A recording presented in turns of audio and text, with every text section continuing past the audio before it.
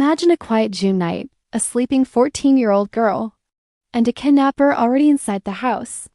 This is the unbelievable true story of the girl who survived 9 months in captivity and walked out alive. It was June 5, 2002, in a peaceful Salt Lake City suburb.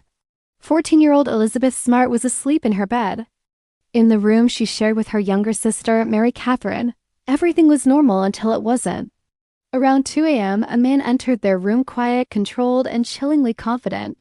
He held a knife. He leaned over Elizabeth and whispered, "Don't make a sound. Come with me, or I'll hurt your family."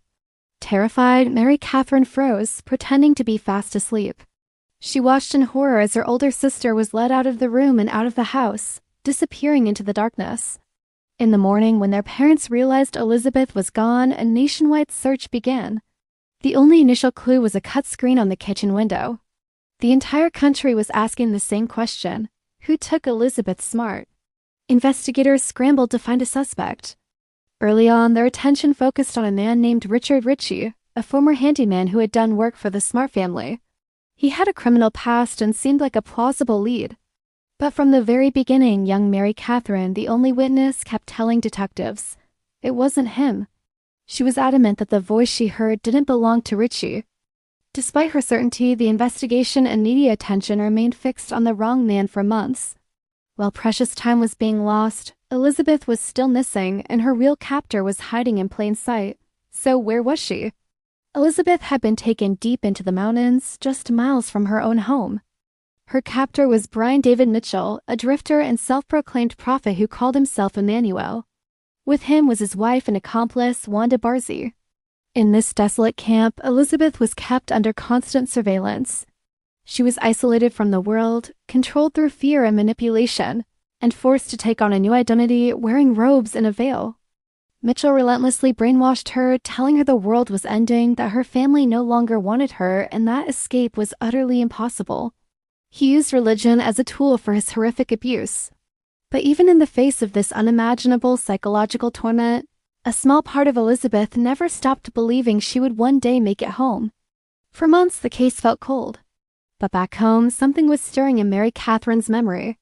She couldn't shake the voice she'd heard that night. She kept trying to place it. Then, one night, it hit her with stunning clarity. She remembered a man her family had hired for a single day of work months before the kidnapping. A drifter they had tried to help who called himself Emmanuel. The voice was his. She ran to her parents' room and told them, "I know who it is." That drifter, Emmanuel, was Brian David Mitchell. With this new crucial piece of information, the police finally had the right name and a face to match. They released a composite sketch to the public. But the question remained, where were they hiding? The breakthrough came on March 12, 2003, 9 months after Elizabeth was taken. In an act of pure arrogance, Mitchell took Elizabeth and Barzee into the nearby town of Sandy, Utah. He was hiding her in plain sight, disguised under a gray wig, sunglasses, and a veil. But 2 separate pairs of eagle-eyed citizens noticed the strange trio. They recognized Mitchell from the police sketch they'd seen on the news and immediately called 911. Police quickly arrived and stopped the 3 of them on a busy street. At first, when officers questioned her, Elizabeth was too terrified to speak. After months of abuse and threats, she was frozen by fear. She even denied who she was. But one officer gently separated her from Mitchell and looked at her, asking calmly, "Are you Elizabeth Smart?" There was a long, heavy pause. The world seemed to hold its breath. Then, in a quiet whisper, she finally answered, "Yes." Elizabeth Smart was rescued. After 9 long, harrowing months, she was finally safe. The reunion with her family was a moment of overwhelming joy and relief, captured in photos that touched the entire nation. Brian David Mitchell was arrested on the spot. Years later, after a long legal battle where he tried to claim incompetence, he was sentenced to life in federal prison without the possibility of parole. Wanda Barzee received a reduced sentence after cooperating with prosecutors. But this is not where Elizabeth's story ends.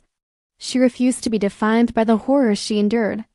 Instead of retreating from the world, she stepped into the light.